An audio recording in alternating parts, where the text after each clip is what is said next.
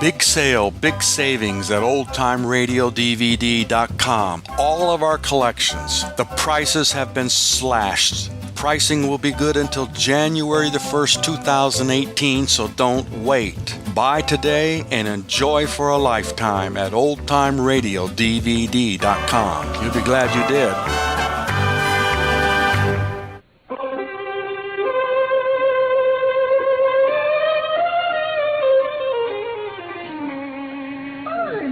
Holmes, sir. Mrs. Hunt. Oh, whatever's wrong, sir? You're hurt. Not hurt. Ill. Very ill. Oh. Get you to your bed and then I'll go straight round for a doctor. No. Sir. No doctor. Mr. Holmes. You hear me, Mrs. Hudson? No doctor. But there's Dr. Watson, sir. Surely I can fetch him. Not Watson. Not anyone. No doctors, Mrs. Hudson. No doctor. Only delirium could make Holmes turn on me, Dr. Watson, who had so often shared the adventures of Sherlock Holmes.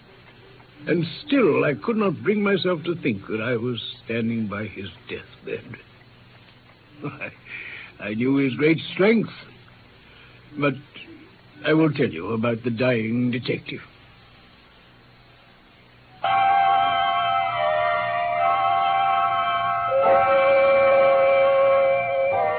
Sherlock Holmes' landlady at 221B Baker Street, Mrs. Hudson, was a long-suffering woman.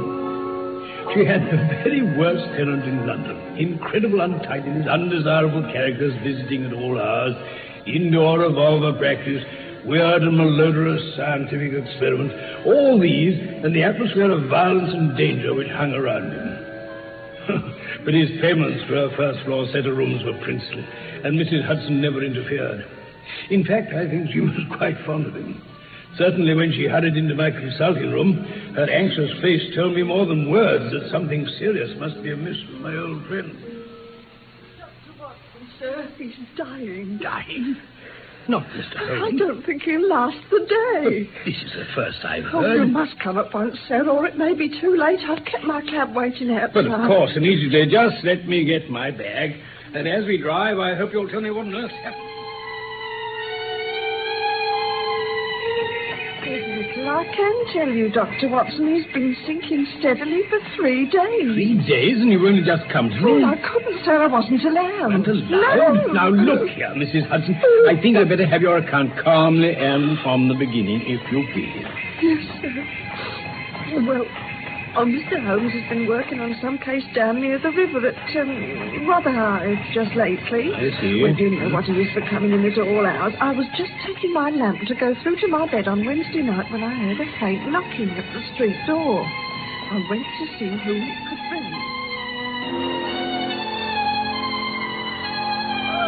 Mr. Holmes, sir. Mrs. Hunt. Oh, whatever's wrong, sir? You're hurt. Not hurt. Ill. Very ill. Get you to your bed and then I'll go straight round for a doctor. No. Sir. No doctor. Mr. Holmes. You hear me, Mrs. Hudson? No doctor. But there's Dr. Watson, sir. Surely I can fetch him. Not Watson. Not anyone. No doctors, Mrs. Hudson. No doctors. I never heard anything so incredible in my life, I Mrs. Hudson. tried to insist, but you know how masterful Mr. Holmes can be. Yes, but 3 days. Without a bite to eat or a drop to drink. What? Oh, I've tried so hard, sir. I really have. I'm sure you have, Mrs. Hudson. And he touched nothing. Whenever I mentioned a doctor, even you, sir, he made me promise again I'd do nothing. Although only this afternoon when I saw his face, I knew that he's not long for this world. I told him I was fetching you at once. And he allowed it? Well, I thought he didn't hear. He was so weak and listless, but when I told him again, he whispered, well, let it be Watson, then. Well, that's something to be thankful for. I only hope we're in time. Thank you, Mrs. Hudson. I'll call if I need you. Very good, sir.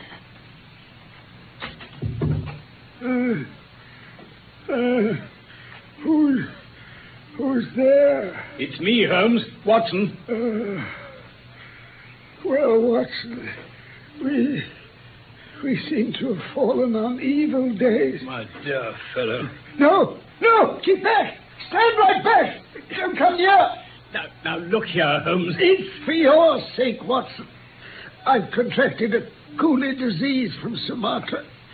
Very little known except that it's absolutely deadly and horribly contagious.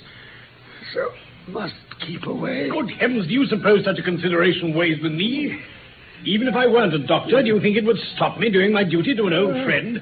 Now, let's have a good look at you. No! Stand back! Now, see here, Holmes. If you stay where you are, I'll talk to you.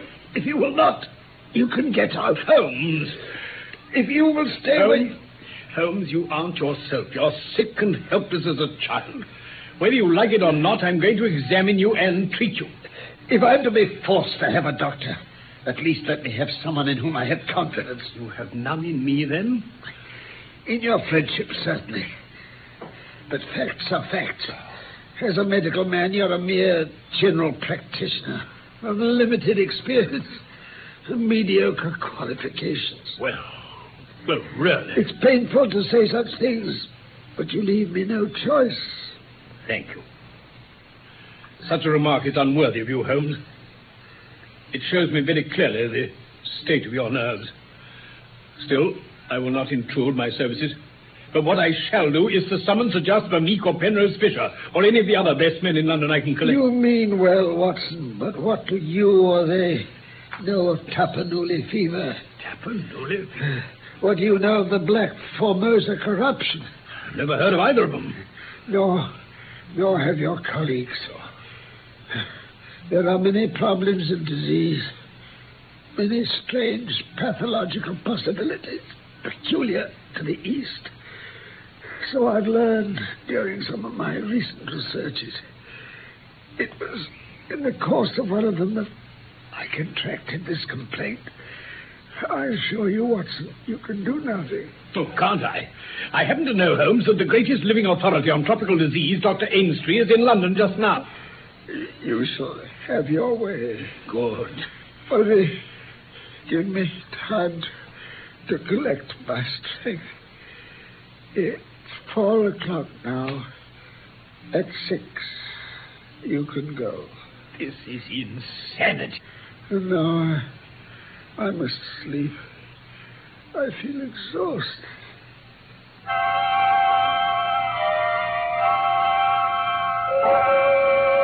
I stood for a few minutes, looking at the silent figure on the bed, and then unable to think of sitting down, I paced up and down the room. Finally, in this aimless perambulation, I came to the mantelpiece, littered with pipes, tobacco pouches, syringes, penknives, revolver cartridges, almost everything you could think of. In the midst of all this was a small black and white ivory box with a sliding lid. It was a neat little thing, and I was just stretching out my hand to examine it more closely when... No! No, Watson, no! Hey, what? Put it down! Down this instant. Do as I say. Now, look here, Holmes, I really think... I hate to have my things touched. You know that I hate it. Holmes, You fidget me beyond endurance. You, a doctor, you're enough to drive a patient into an asylum. Sit down, man. And let me have my rest.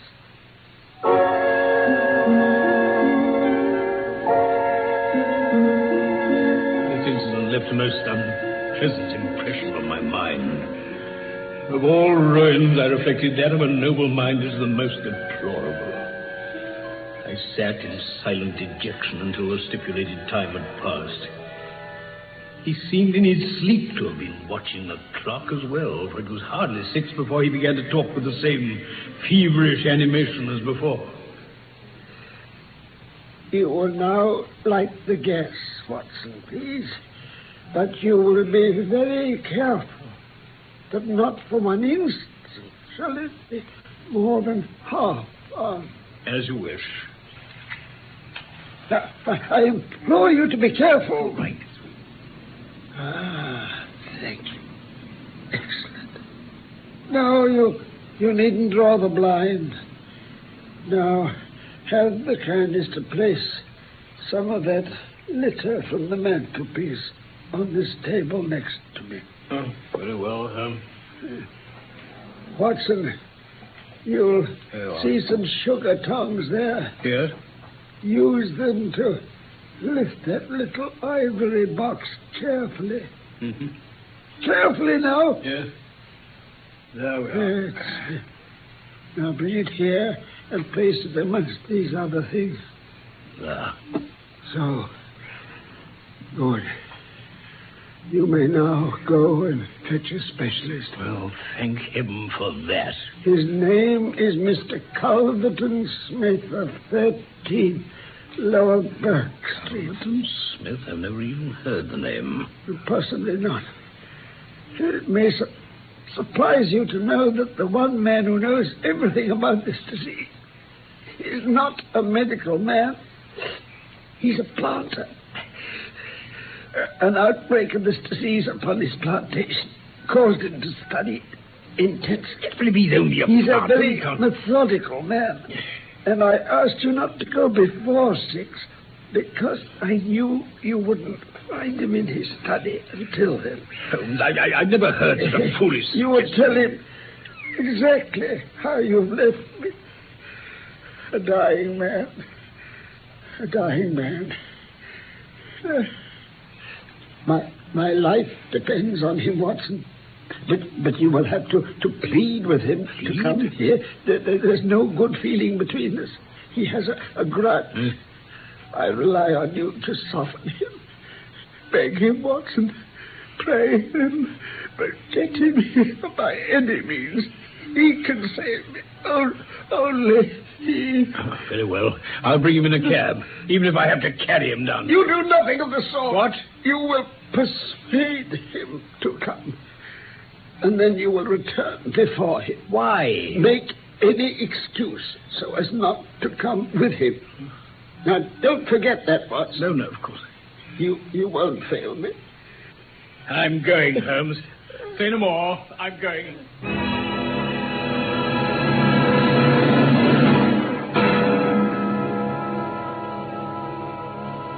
Now, my dear sir, kindly take a chair. Thank you. Holmes, ill, you say? Desperately. I only know Mr. Holmes through some business dealings we've had, but I've every respect for his talents and character. He is an amateur of crime, as I am of disease. For him, the villain. For me, the microbe. There are my prisons, Doctor. Huh? Those jars on the table there. I see. Amongst those gelatine cultivations, some of the very worst offenders in the world are now doing time. It is on account of your special knowledge that Mr. Holmes wishes to see you, Mr. Smith. See me? He has a very high opinion of you. He thought you were the one man in London who could help him. And why should Mr. Holmes think I can help him? Your knowledge of Eastern diseases. But why should he think that this disease which he has contracted is Eastern? Well, it seems likely. He's been working amongst Chinese sailors down in the docks. How long has he been ill? About 3 days. Is he delirious? Occasionally. This sounds serious, Doctor. It is indeed. It would be inhuman not to answer his call. I very much resent any interruption to my work, but on this occasion, I will come with you at once. Thank you, but I have another appointment. Very well, then. I will go alone. Thank you. Number 221B, Baker Street, isn't it? That's correct. Then you can rely on my being there within half an hour at the most. Well, did you see him, Watson? He'll be here soon, Holmes. Took me some minutes to find a cab, but... Did he ask what ailed me? Yes, I told him about the Chinese down in the dock. Exactly. Well, Watson, you've done all a good friend could. You may now disappear from the scene. Disappear? I want to hear what he says. I want to hear every word of this medical expert's opinion. Oh, yes. Yes, of course. Of course. I think you will just find room behind the head of my bed. What, hide? I have reasons to suppose that his opinion will be much more frank and valuable if he imagines he's alone with me. Listen, that's probably him now. Then get behind the bed, Watson, and don't budge whatever happens. Right. Whatever happens, do you hear? Oh, all right. Just listen. Don't speak. Don't move. Just listen with all your ears. Oh, very well. As you wish. So,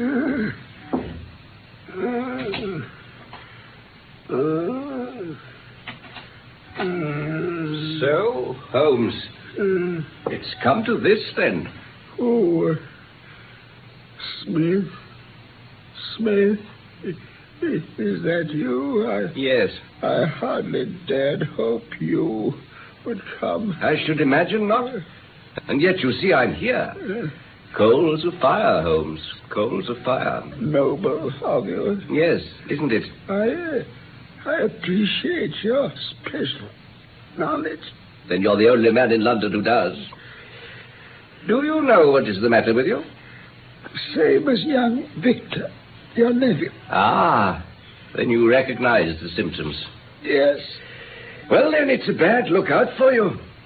Poor Victor was a strong, hearty young fellow, but a dead man on the 4th day. As you said at the time, it was rather surprising that he should contract an out-of-the-way Asiatic disease in the heart of London, a disease of which I have made such a very special study. And now you, Holmes. Singular coincidence, Or are you going to start making accusations once again about cause and effect and so on? I knew you caused Victor Savage's death. Did you? Well, proving it is a different matter, Holmes. But what do you think of yourself? Spreading lying reports about me one moment, then crawling to me for help the next. Only cure me, and I promise to forget. Forget what? About Victor Savage's death. Oh, well. You as good as admitted just now that you had done it. I swear I will forget. Forget it. Remember it. Do as you like. I don't see you in any witness box, Holmes.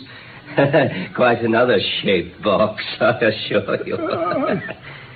But first, how did you get this disease?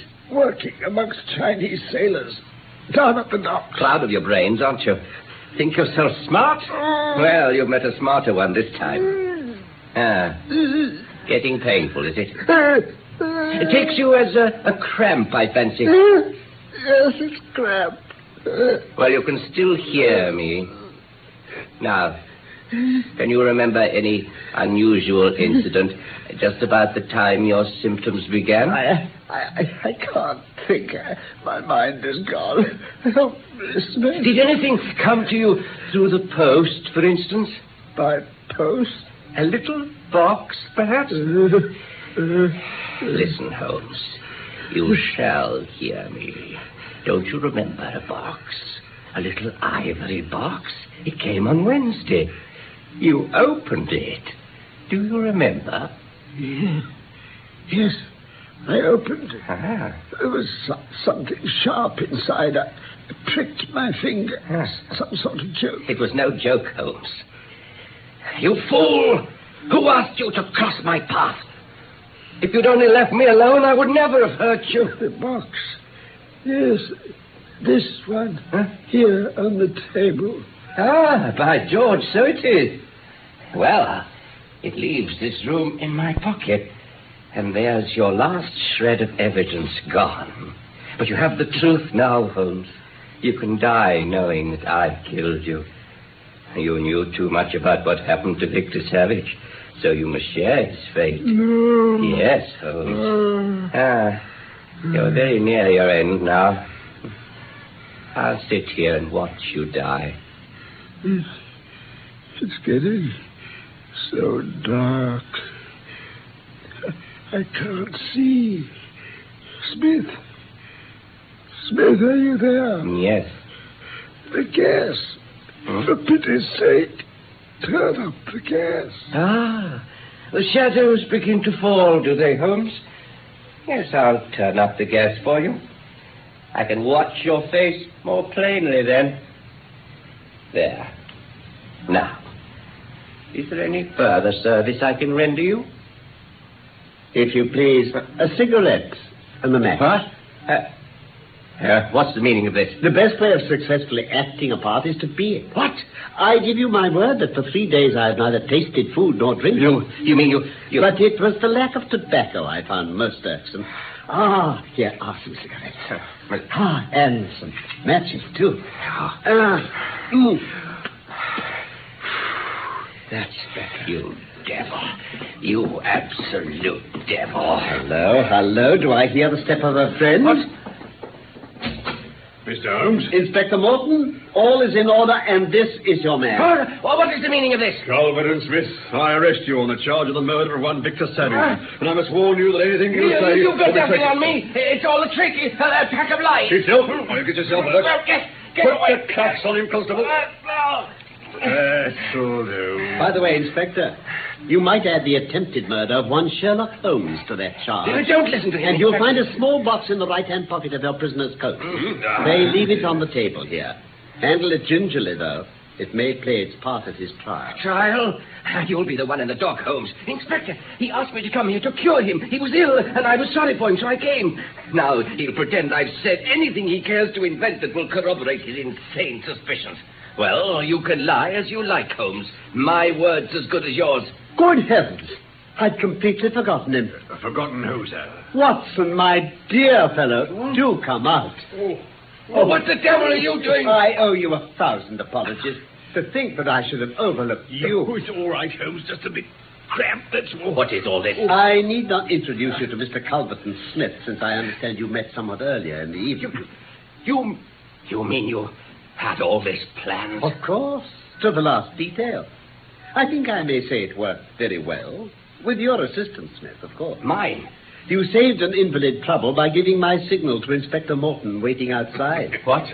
You turned up the gas. You better take him along now, sir. We'll see you down at the yard presently, perhaps. Very well, Inspector. And many thanks.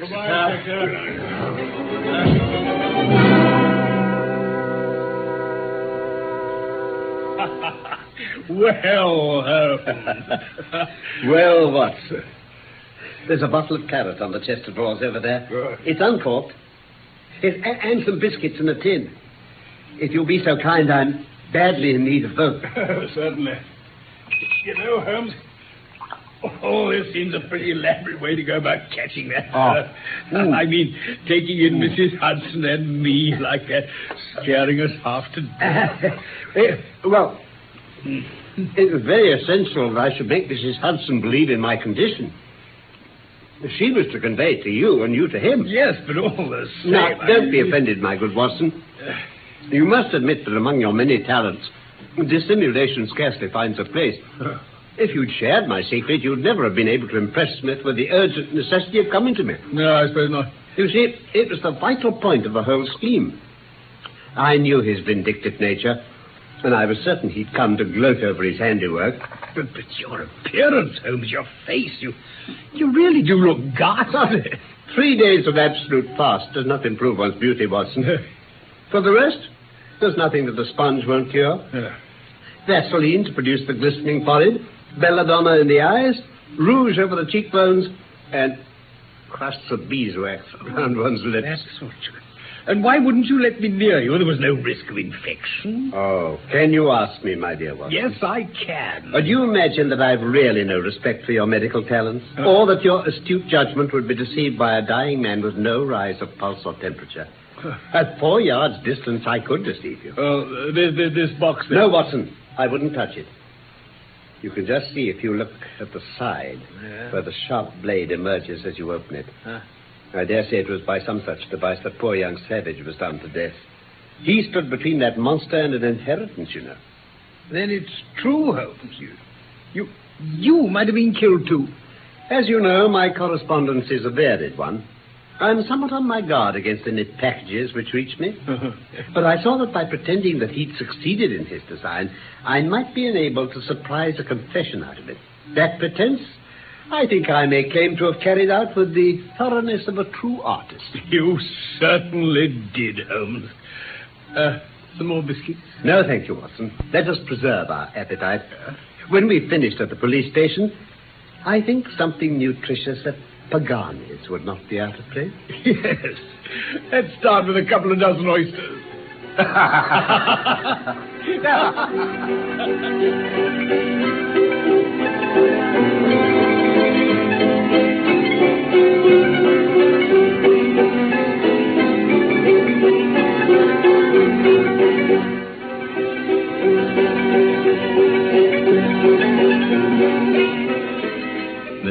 detective with another story of Sherlock Holmes from the inspired pen of Sir Arthur Conan Doyle. In real life, I'm an actor, and my name is Norman Shelley. My old friend Carlton Hobbs played the part of Sherlock Holmes, and I was Dr. Watson. Production was by the British Broadcasting Corporation from London. Script by Michael Hardwick. I hope I may look forward to the pleasure of your company again before very long for more of the adventures of Sherlock Holmes.